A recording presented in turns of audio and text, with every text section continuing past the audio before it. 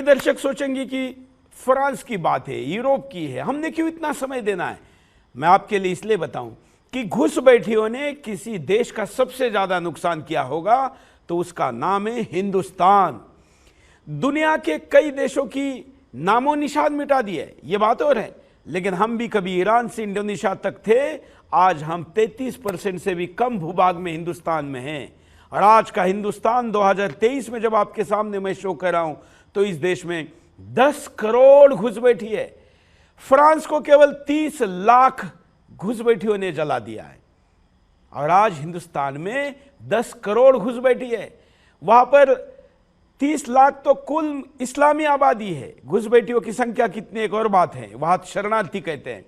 हमारे यहां पर भी 71-72 के बंगाल से शरणार्थी देने से लेकर अभी आए हुए रोहिंग्याओं की बात भी है, जिन्होंने 2 लाख से ज्यादा बच्चे यहां पर पैदा कर दिए। ऐसे देश में फ्रांस की स्टोरी अवश्य सुननी चाहिए। देश जलाने को बहाना चाहिए। इनको देश से कोई मतलब नहीं है। ये तो मानते हैं कि आपने आश्रय दिया, ये आपकी मूर्खता थी। आपकी मूर्खता की कीमत आपको चुकानी पड़ेगी और उसको हम वसूल करेंगे। फ्रांस की बेटी की इज्जत लूटी जा रही है, वहां के बुजुर्गों का सम्मान खो गया है, राष्ट्रीय सुरक्षा खतरे में है। और हमारे यहाँ पर जैसे नालंदा विश्वविद्यालय जलाया गया था, वहां की लाइब्रेरी को जलाया गया था, वहां से वैसे फ्रांस के एक बड़े लाइब्रेरी को भी जलाया जा रहा है। एक पुस्तक ने सब जलाने के लिए इन सभी लोगों को प्रेरित करने की बात अब फ्रांस वाले कह रहे हैं। फ्रांस में यह जलती हुई सरकारी बिल्डिंग भी देख लीजिए।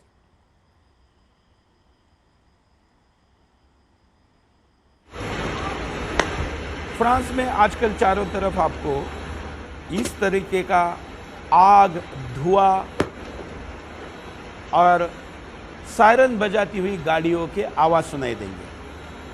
हालांकि कई इलाकों में तो गाड़ी को घुसने भी नहीं दे रहे फायर ब्रिगेड के, लेकिन फिर भी जहां तक गाड़ियां पहुंच रही हैं वो वहां पर आग बुझाने का प्रयास कर रही है। संपन्न शहर है, इसलिए फर्नीचर और विभिन्न प्रकार के हाईटेक इक्विपमेंट जल रहे हैं। ये आग का रंग बता रहा है। ये जलती हुई आग किसी एक शहर की एक घटना नहीं है, ये लाइब्रेरी है जिसके अंदर के पुस्तक जलाए गए। ये हम हिंदुस्तानी तो जानते हैं, हमारे देश में पिछले 1400 वर्षों में निर्माण हुए इस्लाम ने हिंदुस्तान में आने के दशकों में, शतकों में कितनी लाइब्रेरियाँ जलाई और क्या क्या जलाया। फ्रांस के लिए बात उतनी पुरानी नहीं है, लेकिन हाँ, हमारी पुरानी बात से मेल खाने वाली ज़रूर है। इस लाइब्रेरी को आग लगाई, क्या मिला? तो एक आक्रोश का समाधान।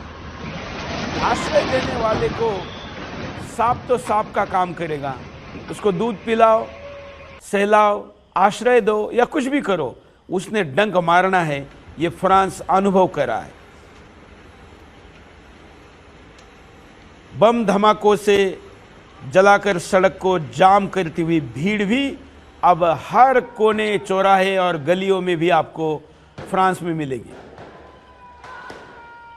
देखिए, इतने विकसित देश में जहां सर्विलांस इतना स्ट्रांग है, बम कहां से आ रहे हैं, उसको कैसे फोड़ा जा रहा है। अपराध करके बगल के देश में भागकर जाना आसान है। यूरोपियन यूनियन का ये एक दूसरा पहलू है जो सबसे खतरनाक है कि अपराधी को पकड़ना नामुमकिन जैसा है।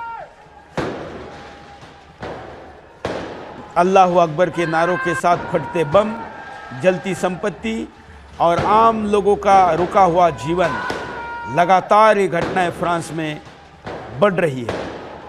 सरकार ने इमरजेंसी लगाने की संभावना पर भी बात कही है, लेकिन इनको इससे क्या फर्क पड़ता है? ना कमाना है ना और कुछ करना है। ये आग जलाने वालों को ही ये देश पोसता है, पालता है, उनके बच्चे पैदा करने पर उनके खातों में पैसे डालता है। ये वो जानते हैं और इसलिए इधर आग भी लगाएंगे और उधर पेट की आग बुझाने का काम भी इसी देश के टैक्स पेयर के पैसे से करेंगे।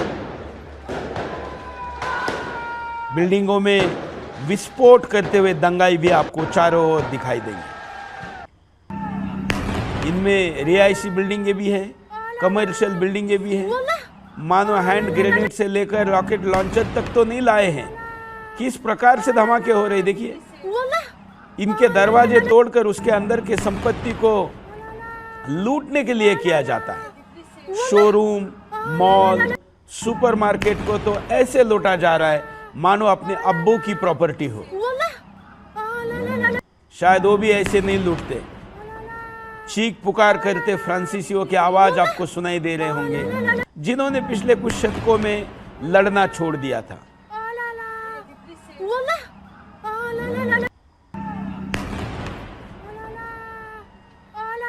इनके पास अत्याधुनिक हथियार हैं। जिहादी हथियारों से कैसे लड़े, इस वीडियो से भी आप समझ पाएंगे। देखिए, फ्रांस जैसे देश में यह हथियार कहां से आ रहे हैं?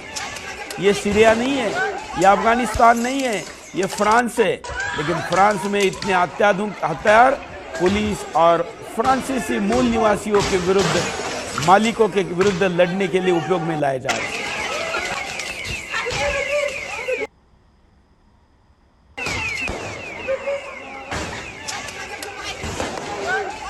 इस समय फ्रांस में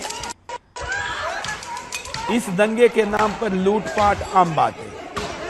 आपकी बेटी हो तो भी उठाकर लेके जाएंगे, गाड़ी उठाकर लेके जाना तो बहुत ही साधारण बात है। गाड़ियों को इस दंगे के बहाने देखिए ऑटोमेटिक गाड़ियां हैं, जाकर उठाकर लेके जा रहे हैं। शोरूम हो, रेसिडेंशियल एरिया हो। अब फ्रांस में तो परिवार का साइज ऐसा बड़ा है नहीं कि इनको रोक सके। मुश्किल से बच्चे साथ रहते होंगे, वो भी ना के बराबर। लेकिन अगर रहते भी है तो अब उनमें ये स्थिति नहीं रही कि वो प्रतिक्रिया कर सके, इसलिए गाड़ियां भी लुटा कर लेके जा रहे। ये गाड़ी पूरे यूरोप में कहीं पर भी घूम सकती है, फिर जब उसकी काम हो जाएगा तो कहीं पर भी छोड़ी जा सकती है। उससे भी बड़ी बात है कि इन गाड़ियों का अपराध के लिए उपयोग में लाया जाएगा, जिससे कि असली अपराधी छूट जाएंगे और गाड़ी के मालिक फंस जाएंगे। और गाड़ी केवल 4 व्हील ही नहीं है, ये 2 व्हीलर बाइक, स्कूटी, छोटी सी सिंगल रिक्शा भी नहीं छोड़ी जा रही है। ये देखिए, टॉयज बाइक भी लूटी जा रही है। ये महालूट है और ये महालूट आश्रय देने वालों के खिलाफ। पूरा की पूरा शोरूम लूटा जा रहा है।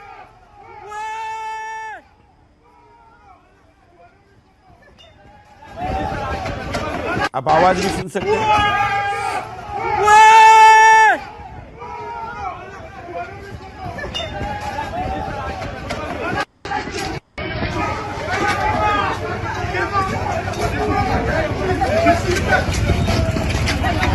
अब आप कहेंगे कि फिर पुलिस क्या कर रही है?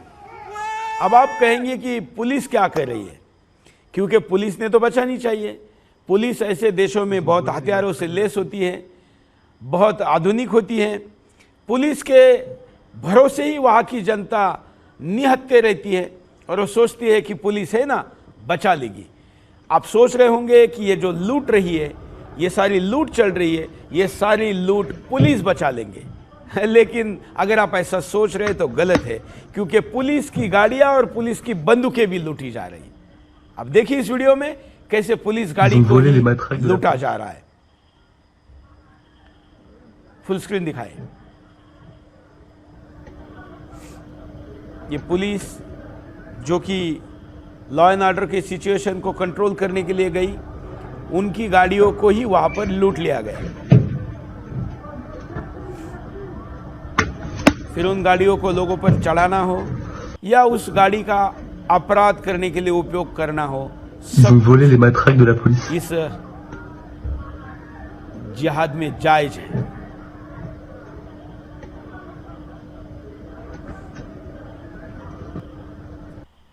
ये जो कश्मीर में पथराव आप देख रहे हैं, वो पथराव पुलिस पर भी आपको फ्रांस में भी दिखाएगा।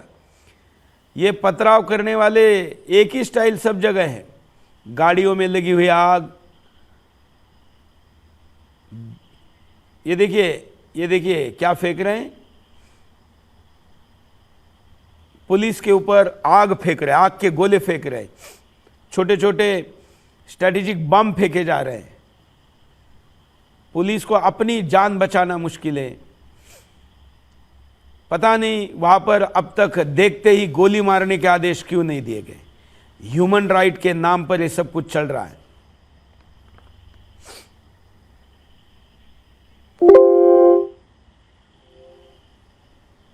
ये देखिए आग भी बुझाने का प्रयास हो रहा है, और वो आग ना बुझाए इसलिए उनके ऊपर आग फेंकी जा रही है। हाहाकार मचा हुआ है फ्रांस में। अब देखिए ये बंदूक जो हवा में फायर हो रही है ना, इसको 1 फीट नीचे करिए, गद्दारों को गोली मारी है, लेकिन ऐसा कर नहीं सकते ना, क्योंकि दुनिया को, भारत में जब जिहादियों के विरुद्ध किया जाता है कुछ, तो फ्रांस जैसे देश ही ह्यूमन राइट के नाम पर हमको भाषण देते हैं। तो फिर अपने यहाँ पर क्या करेंगे? अपने यहाँ पर भी जब ये हो रहा है तो सहना पड़ रहा है, क्योंकि हिंदुस्तान को भाषण दे रहे। ये सारे मैटर को मैं जिहाद कह रहा हूँ, लेकिन फ्रांस सरकार इसको इस्लामी आतंकवाद नहीं कह पा रही है, क्योंकि ऐसा अगर कहेगी तो इंटरनेशनल कम्युनिटी इस्लामोफोबिया का आरोप लगाएगी, और इस्लामोफोबिया का आरोप लगेगा तो फिर अंतर्राष्ट्रीय मंचों पर फ्रांस का क्या होगा? फिर अब इन देशों में मैन्युफैक्चरिंग तो कुछ रही नहीं, सब कुछ अब दूसरे देशों में चला गया है। तो कभी लेबर के रूप में लाए गए आसपास के देशों के जो मुस्लिम थे, अब उनकी ज़रूरत भी नहीं रही। लेकिन करेंगे क्या? खुद तो बच्चे पैदा करने की माइनस में ग्रोथ है, मतलब एक बच्चा भी 2 लोग मिलकर पैदा नहीं कर पा रहे, और सुविधाओं के लिए इनको लोग चाहिए।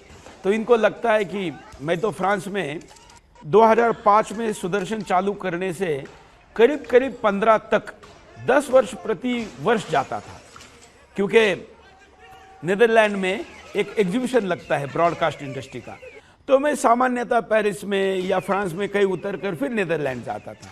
जाते आते इस देश को ये कहने के लिए जाता था, क्योंकि फ्रांस ही ऐसा एक देश था जो सबसे आसानी से मुस्लिम इमिग्रेंट को अपने यहाँ पर आने देता था। मैं उनको तब से कहता था कि एक दिन तुम लोग भुगतोगे, और आपका देश यूरोप का पहला देश होगा जो इस्लाम के हाथे परास्त होगा।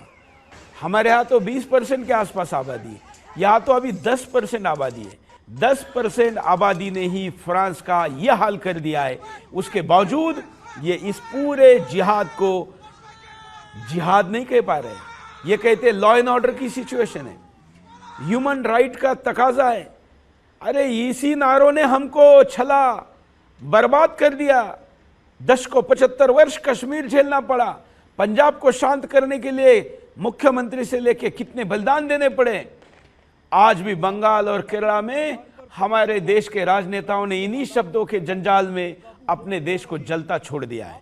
अगर फ्रांस को बचना है तो उसको निसंकोच इसको जिहाद कहना होगा, और इस्लामोफोबिया का आरोप को चिंता करे बगैर अपने देश को बचाने का कदम आगे बढ़ाना होगा।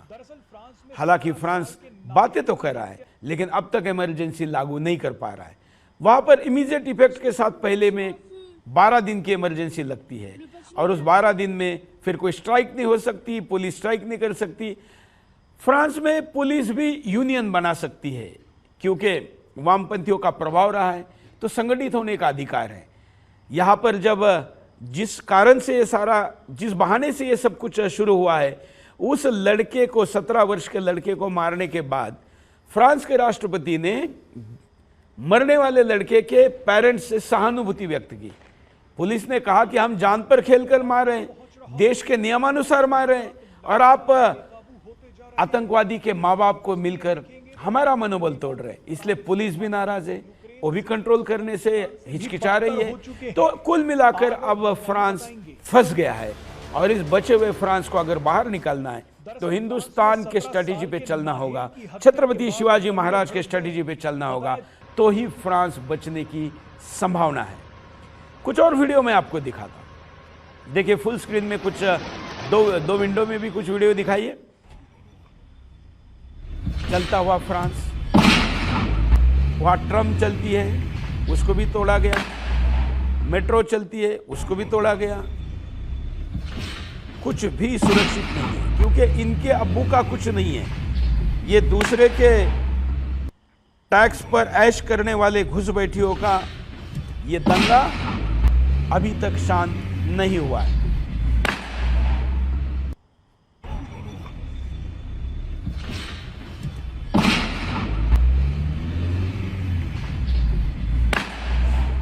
कुछ कुछ जगह पर फ्रांस के लोगों ने अपनी संपत्ति की रक्षा के लिए खुद ही सड़क पर उतरना मंजूर किया और कुछ जगह पर दो दो हाथ दिए। ये देखिए, ये फ्रांस वालों ने अपने गलियों में, क्योंकि फ्रांस में खास करके पुराने जितने शहर है और पेरिस जैसा शहर है, वहां चांदनी चौक जैसे छोटी छोटी गलियां हैं। या हमारे भी जो पुराने शहर है, काशी लीजिए, मथुरा लीजिए, ऐसे में जो 3-4 फीट की गली मुश्किल से मोटर बाइक गुजरती है, उन्होंने उसको बरकरार भी रखा है। उसका फायदा ऐसे दंगाई के दरमियान होता है कि उस गली को आसानी से बंद किया जा सकता है। फ्रांस के लोगों ने उसी गली के मुहाने पर आकर दंगाइयों को रोकने का प्रयास किया, लेकिन दंगाइयों के पास अधिक मात्रा में गोला बारूद हथियार होने के कारण इनका ये प्रतिकार आत्मरक्षा में ज्यादा देर नहीं चल सका।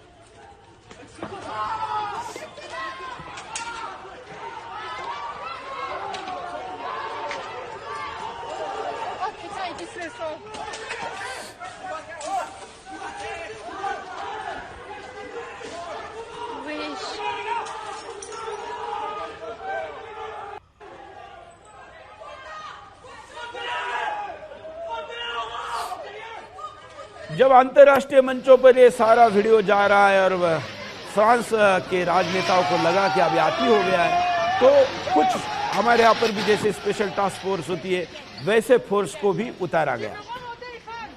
उनकी कार्रवाई के कुछ वीडियो आपको दिखाते हैं, फिर वो QRT के रूप में एक्शन में आते हैं। जहाँ पर स्पेशल टास्क फोर्स पहुंची, वहाँ पर फिर दंगाई भागना शुरू हो गए, क्योंकि इनको किसी सीनियर के आदेश की आवश्यकता नहीं थी। इन्होंने दंगाइयों को दबोचना, जरूरत पड़ने पर गोली चलाना जारी रखा।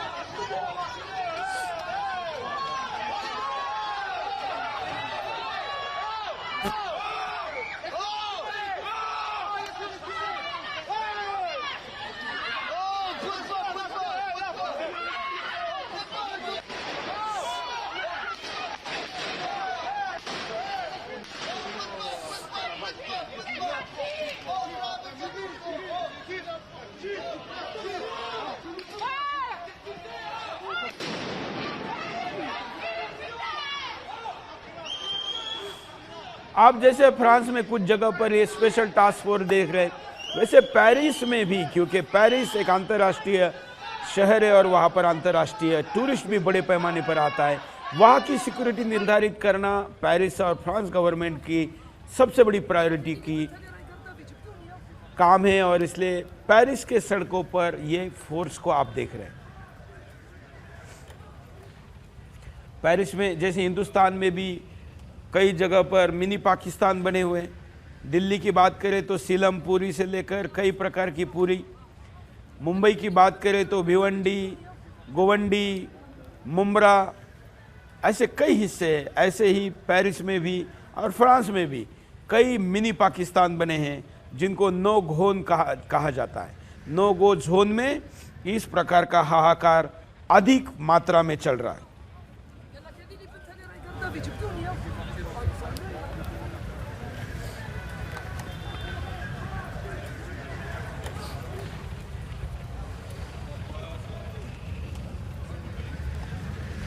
अब आप कहेंगे, आपको अगर ये लग रहा है कि ये तो कुछ दंगाइयों का काम है, लेकिन दंगाइयों तो दंगाई, खातूने भी पीछे नहीं है। ये मोहतरमा देखिए, इस दंगे का फायदा उठाते हुए दुकान से बुरके के साथ जो जो चुरा कर लेके जाना संभव है वो लेकर जा रही है। ये कोई अकेला वीडियो नहीं है। मैं आज बहुत वीडियो, इसलिए कुछ ही वीडियो दिखा रहा हूं। लूट में हाथ धोती हुई ये बुरखाधारी, देखिए क्या क्या लेके जा रही है। कहते हैं कि अल्लाह का आदेश है कि चोरी मत करो, तो फिर ये किसका आदेश है? ये तो चोरी का भी बाप है, ये तो लूट है, डकैती है। वीडियो बनाने वाला भी हंस रहा है।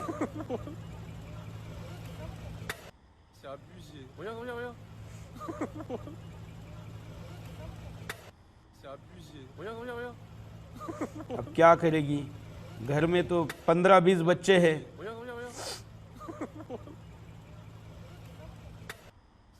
और ऐसा नहीं कि आपको ऐसी एक आध दो ही बुर्का नशी दिख रही है, दुकान के दुकान और मॉल के मॉल लूट रहे हैं।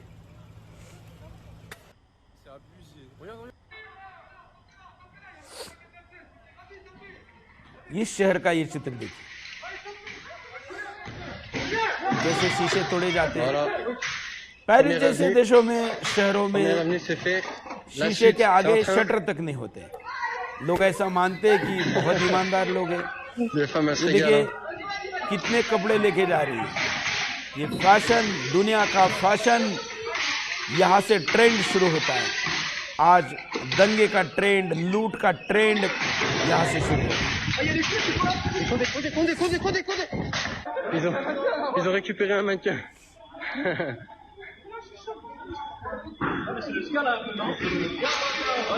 SFR, ça a été pillé aussi. Hein. Regardez le bordel. Ça a été...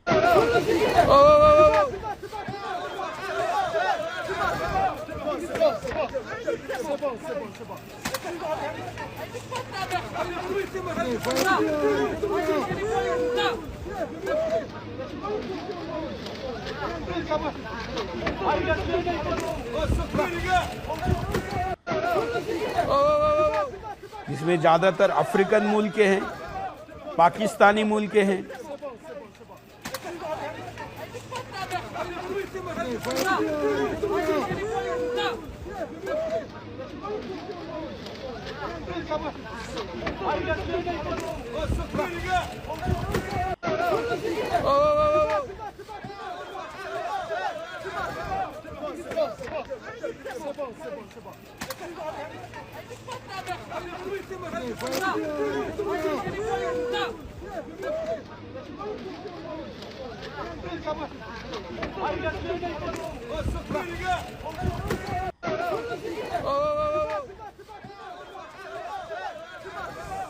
ये सारा ज्यादातर वीडियो जो आप इस समय देख रहे हैं, मैं जब से दिखा रहा हूं आधे घंटे से, रात के वीडियो है। रात में लूटपाट और दिन में उन्हीं सड़कों का नजरिया क्या है, देखिए नजरा क्या है, देखिए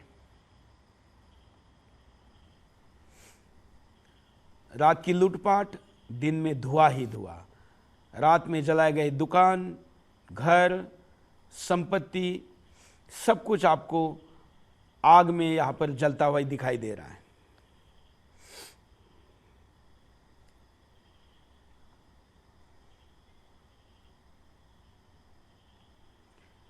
ये दूर से खिड़कियों से बनाए हुए वीडियो है। जो लोग हैं वो शेयर कर रहे हैं। हमारे साथ भी कई लोगों ने हमको ट्विटर पर भी टैग करके भेजा है, कई व्हाट्सएप भी किए। फ्रांस के जो भारतीय लोग इस शो को देखेंगे, हमारे व्हाट्सएप नंबर पर आप हमको इसको भेज सकते हैं या सोशल मीडिया से भी टैग कर सकते हैं। ये एक घर के अपार्टमेंट के खिड़की से बनाया गया वीडियो है।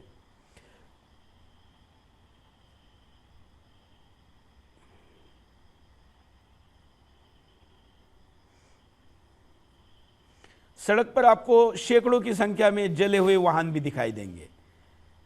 लोगों ने सड़क पर बनाए हुए वीडियो भी दिखाते हैं।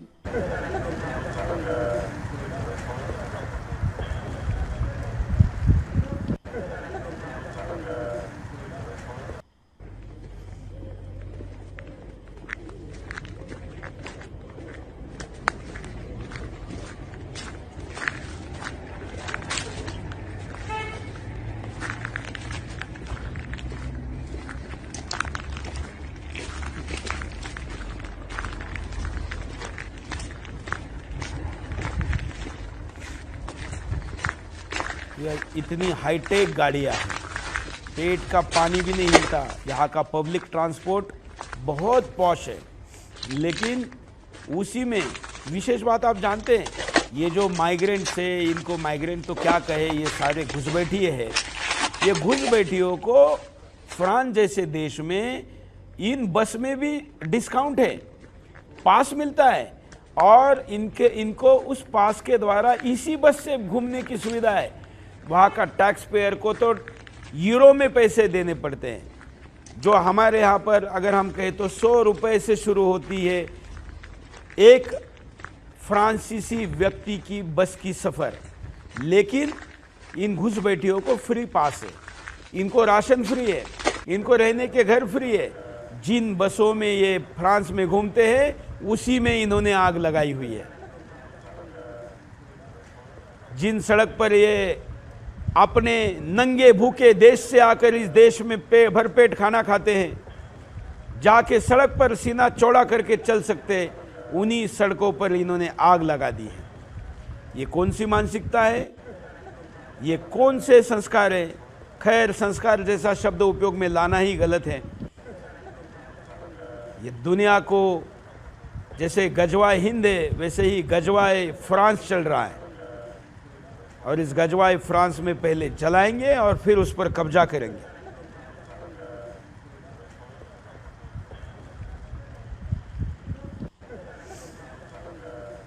इनके निशाने पर इनको एक पुस्तक छोड़कर दुनिया का कोई पुस्तक मंजूर नहीं है। इसलिए पुस्तकों की लाइब्रेरी हो या पुस्तकों का दुकान हो, कुछ भी नहीं बचेगा। जहां पुस्तक दिखेगा जलाया जाएगा। पहले मैंने आपको पूरी लाइब्रेरी दिखाई थी, बल्कि 2 विंडो में दिखाई है, एक पुस्तक शॉप भी दिखाई है और एक पूरी लाइब्रेरी भी दिखाई है। कितना गुस्सा है पुस्तकों से इनको।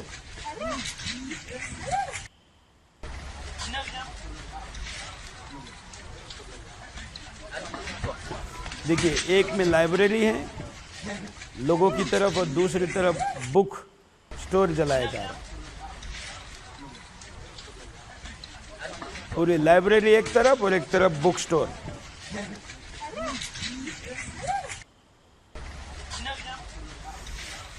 अब जिस देश से कोई आत्मीयता नहीं, वहां के जो मेमोरियल है, जो स्मारक है, उनसे आत्मीयता होने का क्या कारण है? भाई, इनके लिए तो वो सारे बूथ है जिनको तोड़ा जाना है। फ्रांस में, खास करके पेरिस में, मैं तो बहुत घुमा हूँ, इतनी बड़ी बड़ी मूर्तियाँ हैं, क्योंकि फ्रांस के वीरों ने भी दुनिया पे राज किया है। वो सही थे, गलत थे, छोड़ दीजिए, लेकिन पराक्रमी थे। उन्होंने अपने देश के लिए और आज के फ्रांस की पीढ़ी के लिए पूरे दुनिया की संपत्ति को लूटकर फ्रांस में लाया। लेकिन दूसरे देश को लूटकर अपने देश में लाने वाला उस देश का तो नायक ही होगा। उनकी बड़ी बड़ी मूर्तियाँ हैं, बड़े बड़े स्मारक हैं, बड़े बड़े म्यूजियम हैं। पेरिस इसीलिए जाना जाता है। लेकिन इन जिहादियों ने उन मेमोरियल को भी नहीं छोड़ा।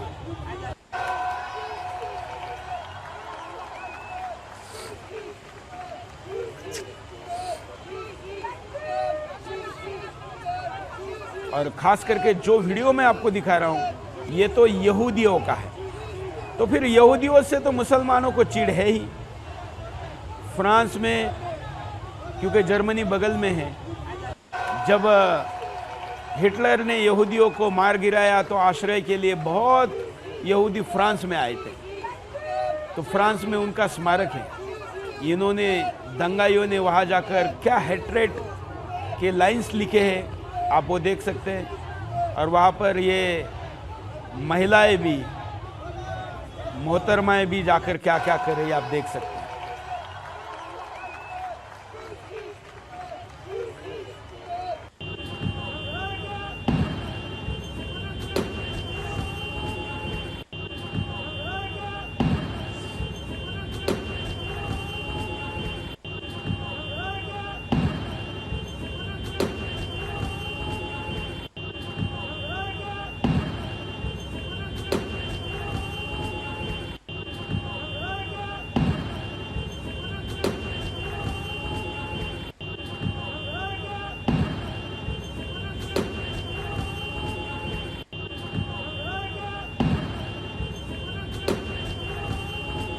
फ्रांस की घटना से हम क्या सीख लेंगे? फ्रांस से हमको ये सीख लेनी चाहिए कि घुसपैठिए संख्या में थोड़े भी होंगे तो भी उनके मजहबी साथी उनका साथ देंगे और वही करेंगे जो वो चाहते हैं, या मस्जिद का मौलाना जो उनको सिखाता है, यही फ्रांस वाले बता रहे हैं। हिंदुस्तानियों को क्या करना चाहिए? तो हमारे यहाँ पर रोहिंग्याओं को निकालना सबसे आसान है, सबसे तुरंत किया जा सकता है, और सबसे नए नए भी है, और इसलिए उनको आइडेंटिफाई करना भी आसान है।